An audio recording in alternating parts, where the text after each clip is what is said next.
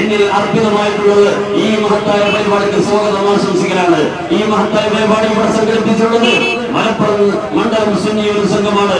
അഥവാ SYSന്റെ മലപ്പുറം മണ്ഡലം കമ്മിറ്റി മണ്ഡലത്തിന്റെ ഒരു അതിർത്തിയിൽപ്പെട്ട ഈ തൃപ്പൂരത്തിന് ഇങ്ങനെ പ്രശ്നം സംഭവിച്ചപ്പോ ഈ ഒരു പ്രത്യേകമായ സാഹചര്യം കണക്കിലെടുത്ത് സമൂഹത്തെ എന്താണ് ബോധവൽക്കരിക്കേണ്ടത്, ഒരു ബോധവൽക്കരണ സംഗമം നടത്തണമെന്ന് ആവശ്യപ്പെട്ടപ്പോഴാണ് ജംഇയ്യത്തുൽ മുഅല്ലിമീന്റെ പ്രിയപ്പെട്ട പ്രവർത്തകന്മാര് ഇപ്പോൾ ഗോൾഡൻ ട്രിബ്യൂണൽ ഭാഗമായിട്ട് ഇവിടെ ഒരു സമ്മേളനം നടത്തിയ സാഹചര്യം ഉണർത്തിയത്.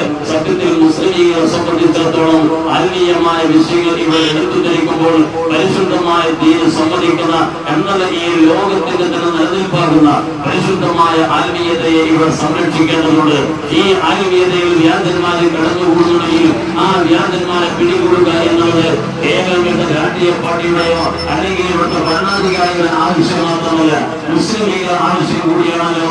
ഈ വ്യാജന്മാരെ പിടികൂടുവാനും വ്യാജന്മാരെ അടിച്ചമർത്താനും ഒക്കെ ആര് തന്നെ മുന്നോട്ട് വന്നാലും അതൊക്കെ സ്വീകരിക്കാൻ ഞങ്ങൾ തയ്യാറാണ്. പക്ഷേ ഈ വ്യാജന്മാരെ പിടികൂടുക എന്നുള്ളതിന്റെ മറവില് പാവപ്പെട്ട മുസ്ലിം ഉമ്മത്തിന് ആത്മീയമായി നായകത്വം നൽകുന്ന പ്രിയപ്പെട്ട പണ്ഡിതന്മാരെ, ആത്മീയ നായകന്മാരെ അവരെ കുറിച്ചുകയും ആത്മീയ കേന്ദ്രങ്ങൾക്ക് നേരെ പ്രകടനങ്ങളും മാർച്ചുകളും ഒക്കെ നടത്തിയിട്ട് ഒരു കലാപത്തിന്റെ സാഹചര്യത്തിലേക്ക് ഒരു പ്രദേശത്തെ കൊണ്ടുപോകുമ്പോൾ ഈ തിരുപ്പതിയുടെ കടന്നുപോയ സാഹചര്യം നാം ഒന്ന് പഠിക്കേണ്ടതുണ്ട്.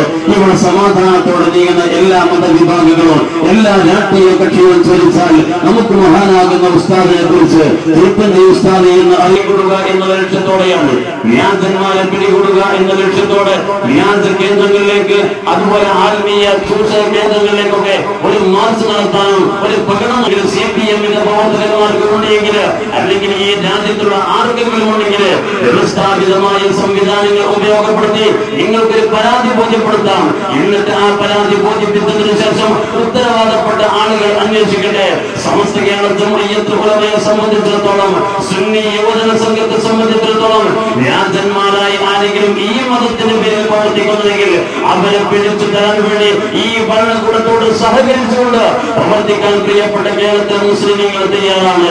അതേസമയത്ത് അത്തരമൊരു വ്യവസ്ഥാപിത രീതിയെ നിങ്ങൾ സമീപിക്കാതെ ഒരു ആത്മീയ കേന്ദ്രത്തിലേക്ക്, ഒരു പള്ളിയിലേക്ക്, പരിശുദ്ധമായ മതത്തിന്റെ ആത്മീയ കേന്ദ്രത്തിലേക്ക് രാഷ്ട്രീയ പ്രവർത്തകന്മാർക്ക് മാർച്ച് നടത്താൻ വേണ്ടി, മതവിരുദ്ധരാകുന്ന ആളുകൾക്ക് മാർച്ച് നടത്താൻ വേണ്ടി, DYFIയുടെ പ്രവർത്തകന്മാർക്ക് മാർച്ച് നടത്താൻ വേണ്ടി ആരാണ് ഇവിടെ അനുമതി നൽകിയത്?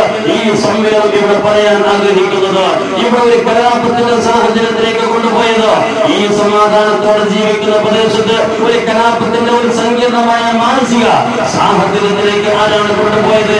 നിയമപാലകന്മാരാണ് ശ്രദ്ധിക്കേണ്ടത്, ഭരണാധികാരികളാണ് ശ്രദ്ധിക്കേണ്ടത്, രാജ്യം ഭരിച്ചുകൊണ്ടിരിക്കുന്ന ആളുകളാണ് ശ്രദ്ധിക്കേണ്ടത്.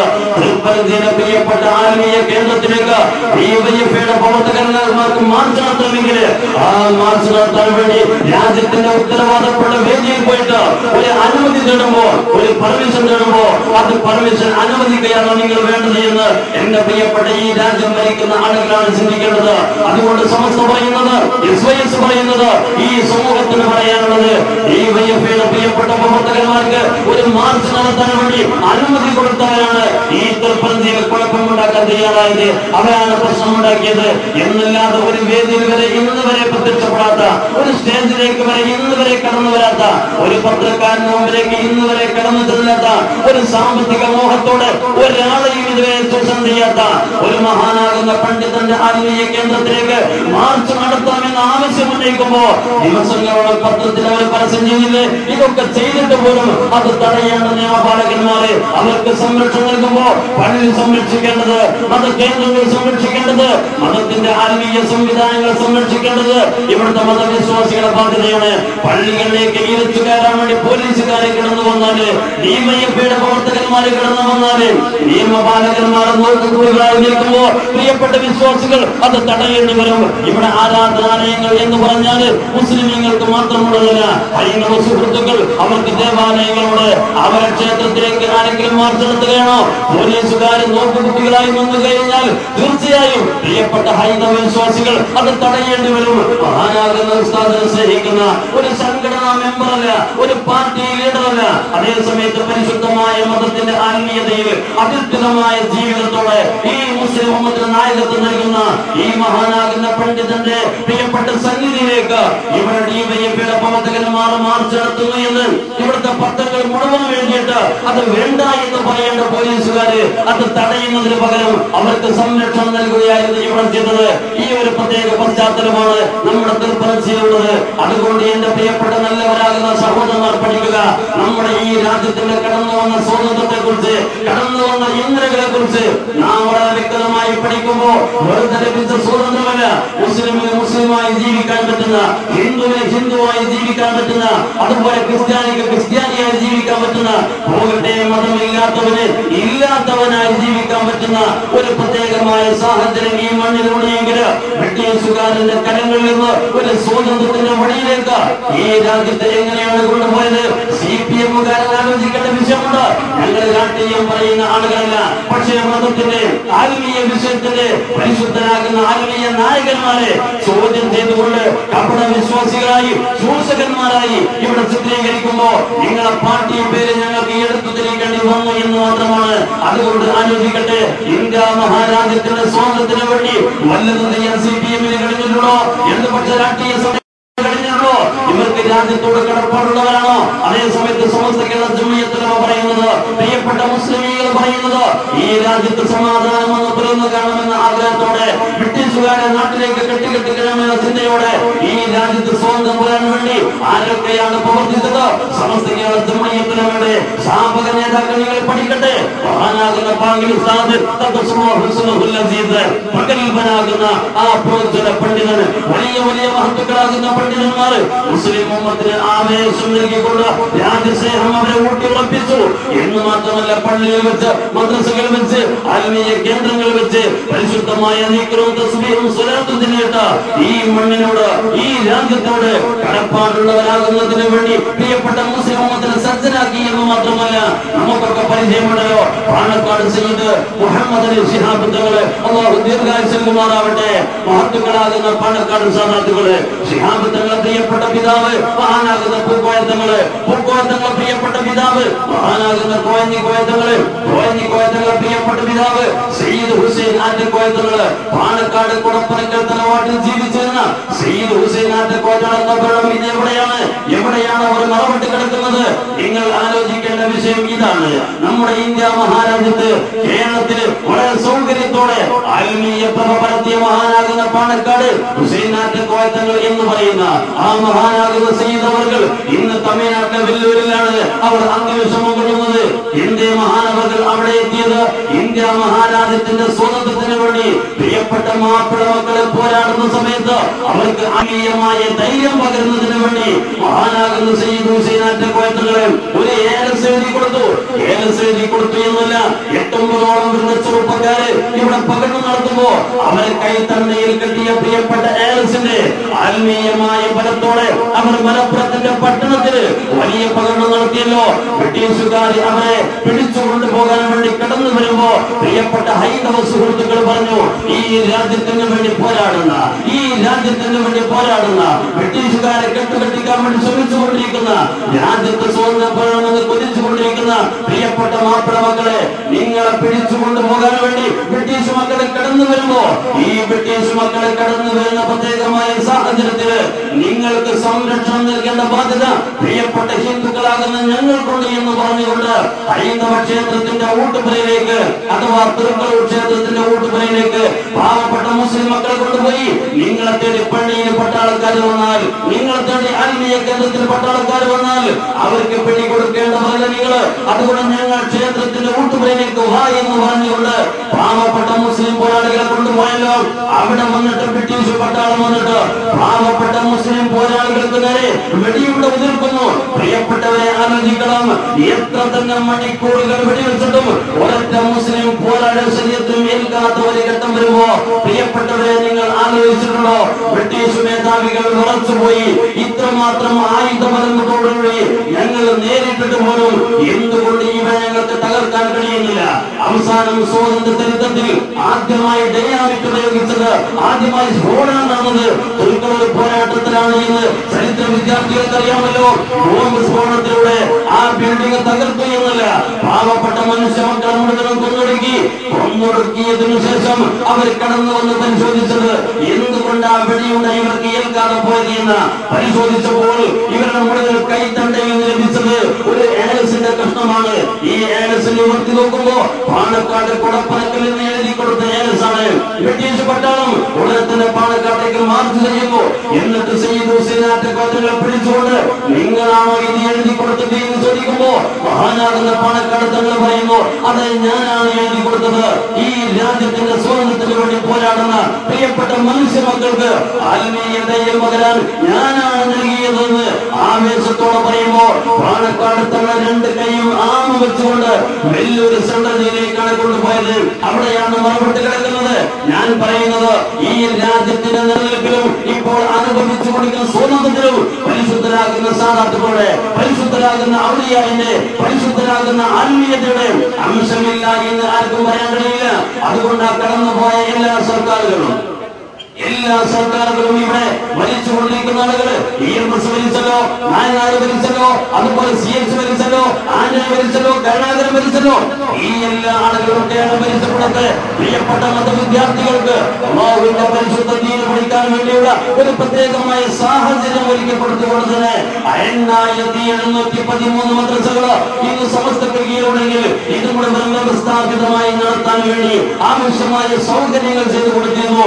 എന്റെ പ്രിയപ്പെട്ട നല്ലവരാകുന്ന സഹോദരന്മാർ ശ്രദ്ധിക്കേണ്ടത്, ഇവിടെ സ്കൂൾ സമയമാറ്റി കടന്നു വന്നപ്പോ കൗമാര വിദ്യാഭ്യാസ പദ്ധതിയുടെ വളരെ തോന്നിവാസികൾ പഠിപ്പിക്കാൻ നമ്മുടെ മക്കളുടെ മുമ്പിലേക്ക് പാഠപുസ്തകങ്ങളുമായി കടന്നു വന്നപ്പോ പ്രിയപ്പെട്ട പള്ളിയിലെ ഉസ്താദുമാരെ പള്ളിയിൽ കയറിക്കൊണ്ട് അല്ലാഹുവിന്റെ ദീനെ തുറന്നു പറഞ്ഞ സമയത്ത് എന്റെ പ്രിയപ്പെട്ടവരെ കമ്മ്യൂണിസ്റ്റ് മാർക്സിസ്റ്റ് പാർട്ടിയുടെ ആളുകൾ ഇവിടെ പരസ്യമായി പത്രത്തിൽ അവർ എഴുതി വെച്ചത് എന്റെ നല്ലവരാകുന്ന സ്നേഹിതന്മാർ മനസ്സിലാക്കേണ്ടത് നന്നായിരിക്കും. കാരണം പള്ളിയിൽ വെച്ചാണ് അല്ലാഹുവിന്റെ ദീനം പറയേണ്ടത്. പ്രിയപ്പെട്ട പണ്ഡിതന്മാരാണ് പരിശുദ്ധ ദീനം പറഞ്ഞു കൊടുക്കേണ്ടത്.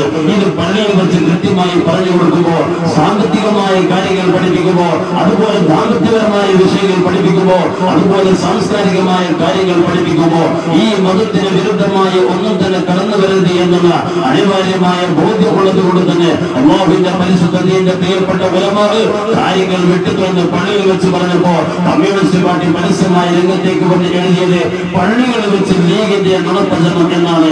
ഇവിടെ ഒരു കാര്യം അടിവരയിടേണ്ടതുണ്ട്.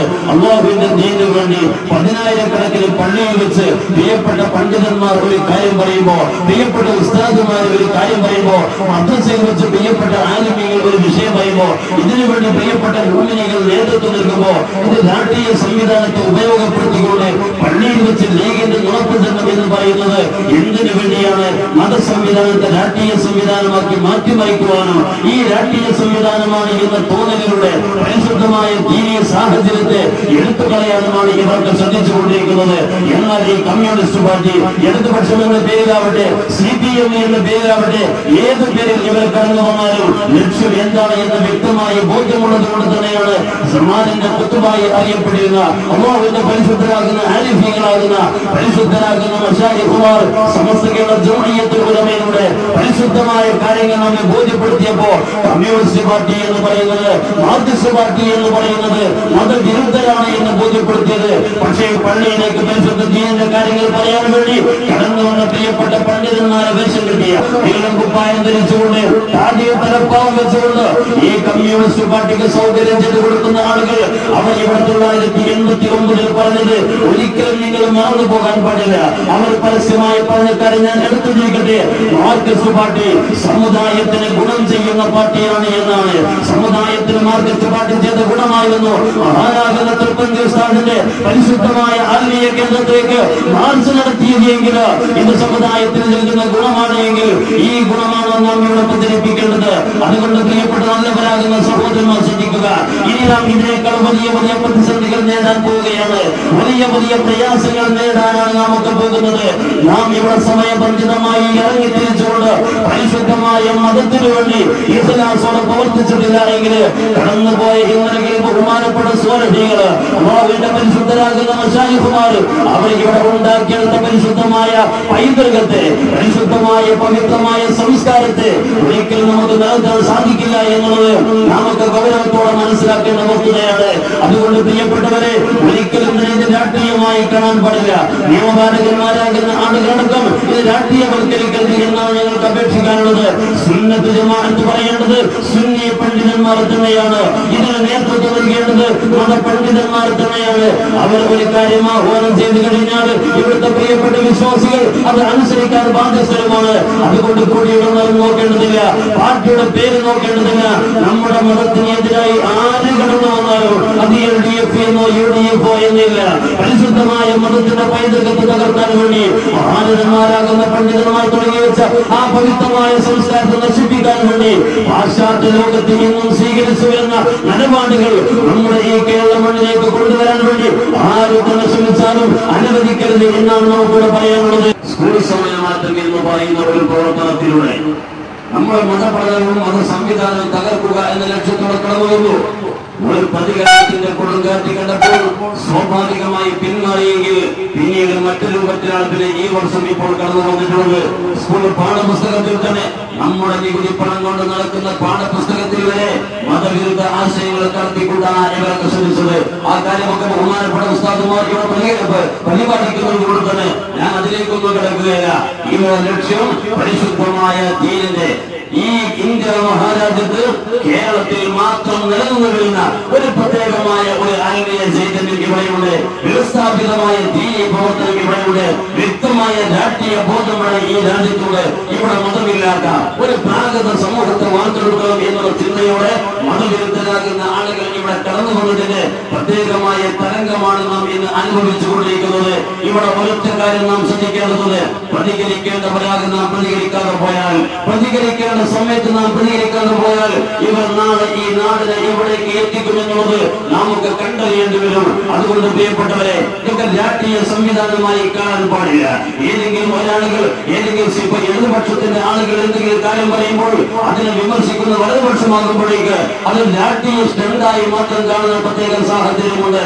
മതത്തിന്റെ ആളുകളെ വേദനിപ്പിക്കുന്നത് എന്ത് വന്നാലും മതവിശ്വാസികളോ കാര്യങ്ങൾ നിർദ്ദേശിക്കേണ്ടത്, കാര്യങ്ങൾ നിയന്ത്രിക്കേണ്ടത് മത നേതാക്കന്മാർ തന്നെയാണ്. അതുകൊണ്ട് ഈ പണ്ഡിതന്മാരുടെ ഈ സാധാരണകളുടെ ഉപദേശങ്ങൾ നിർദ്ദേശങ്ങൾ അനുസരിച്ചുകൊണ്ട് പരിശുദ്ധ ദീന് വഴി നാം പ്രവർത്തിക്കാൻ തയ്യാറാകണം എന്ന് മാത്രം ഈ സമയത്ത് ഉണർത്തിക്കൊണ്ട് ഇൻഷാ അല്ലാഹ് വിശാലമായി സംസാരിക്കുന്നതിന് വേണ്ടി ബഹുമാനപ്പെട്ട ഉസ്താദ് റഹ്മത്തുള്ളാഹി ഖാസിമി ഇവിടെയുണ്ട്. അതുപോലെ ബഹുമാനപ്പെട്ട ഉസ്താദ് കെ റഹ്മാൻ ഫൈസി ഇവിടെയുണ്ട്. അവർ കാര്യങ്ങൾ വളരെ വ്യക്തമായി പറയും എന്ന് മാത്രമല്ല, സുന്നത്ത് ജമാഅത്തിന്റെ പ്രിയപ്പെട്ട പ്രവർത്തകന്മാരെ, ഈ രൂപത്തിൽ ആത്മീയ കേന്ദ്രങ്ങൾ തേടി വരുന്ന ഈ ആളുകൾ ഇവർക്ക് വേണ്ട സൗകര്യങ്ങൾ പോലീസുകാർ ചെയ്തു കൊടുക്കുകയാണെങ്കിൽ, ഉത്തരവാദപ്പെട്ട നിയമപാലകന്മാർ ചെയ്തു കൊടുക്കുകയാണെങ്കിൽ, ഭരണകൂടം ഇവർക്ക് വേണ്ട സൗകര്യങ്ങൾ ചെയ്തു കൊടുക്കുകയാണെങ്കിൽ പിന്നെ നാം എന്താണ് ചെയ്യേണ്ടത് എന്നുള്ളത് പ്രിയപ്പെട്ടവരെ ദിശാബോധം നമുക്ക് നൽകുന്ന പ്രിയപ്പെട്ട പണ്ഡിതന്മാർ നിലപാടുകൾ ഇവിടെ ഉറക്കെ പറയും. അതുകൊണ്ട് ഈ നിലപാടുകൾ കേൾക്കുന്നതിന് വേണ്ടി നിങ്ങൾ തടച്ചുകൂടിയ ഇവിടെ നമുക്ക് സൗകര്യങ്ങൾ ചെയ്യുക എന്നൊരു പേരിൽ മാത്രം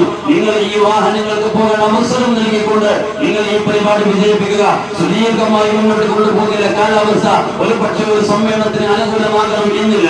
അതുകൊണ്ട് തന്നെ ബഹുമാനപ്പെട്ട ഉസ്താദുമാരുടെ പ്രിയപ്പെട്ട പ്രഭാഷണങ്ങൾക്ക് വേണ്ടി ഞാൻ വഴിമാറിക്കൊടുക്കുകയാണ്. നമ്മുടെ ഈ പരിപാടിയിൽ കൊണ്ടുവന്നിട്ട് വളരെ വ്യക്തമായി എല്ലാവരും കൂടി വിജയിപ്പിക്കുന്ന ഒരു കാഴ്ചയാണ് ഇവിടെ കണ്ടുകൊണ്ടിരിക്കുന്നത്. ഈ മഹത്തായ പരിപാടി ഇവിടെ ഔപചാരികമായി ഉദ്ഘാടനം ചെയ്യുന്നത് സുന്നി യുവജന സംഘത്തിന്റെ സംസ്ഥാന സെക്രട്ടറി ബഹുമാനപ്പെട്ട ഉസ്താദ് കെ റഹ്മാൻ ഫൈസി അവർകളാണ്. ഉസ്താദ് അവരെ ആദ്യമായി ഈ വേദിയിലേക്ക് സ്വാഗതം ചെയ്യുകയാണ്. അതുപോലെ ഈ വേദിയിൽ മുഖ്യ പ്രഭാഷണം നടത്തുന്നത് ബഹുമാനപ്പെട്ട ഉസ്താദ് റഹ്മത്തുള്ളാഹി ഖാസിമി അവർകളാണ്. ബഹുമാനപ്പെട്ട ഉസ്താദ് അവരെയും ഈ വേദിയിലേക്ക് ഞാൻ സ്വാഗതം ചെയ്യുന്നത്. ധാരാളം പണ്ഡിതന്മാർ, നേതാക്കന്മാർ, ഒരുപാട് പ്രവർത്തകന്മാർ ഇവിടെ സമ്മേളിച്ചിട്ടുണ്ട്. എല്ലാവരെയും ഒറ്റവാക്കിൽ ഈ സമ്മേളനത്തിലേക്ക് സ്വാഗതം ചെയ്തുകൊണ്ട് മഹത്തായ പരിപാടിയുടെ ഉദ്ഘാടന കർമ്മം നിർവഹിക്കുന്നതിന് വേണ്ടി ബഹുമാനപ്പെട്ട ഉസ്താദ് കെ റഹ്മാൻ ഫൈസി അവരോട് ആവശ്യപ്പെട്ടുകൊണ്ട് ഞാൻ അവസാനിപ്പിക്കുന്നു. അസ്സലാമു അലൈക്കും വറഹ്മത്തുള്ളാഹി വബറകാതുഹു.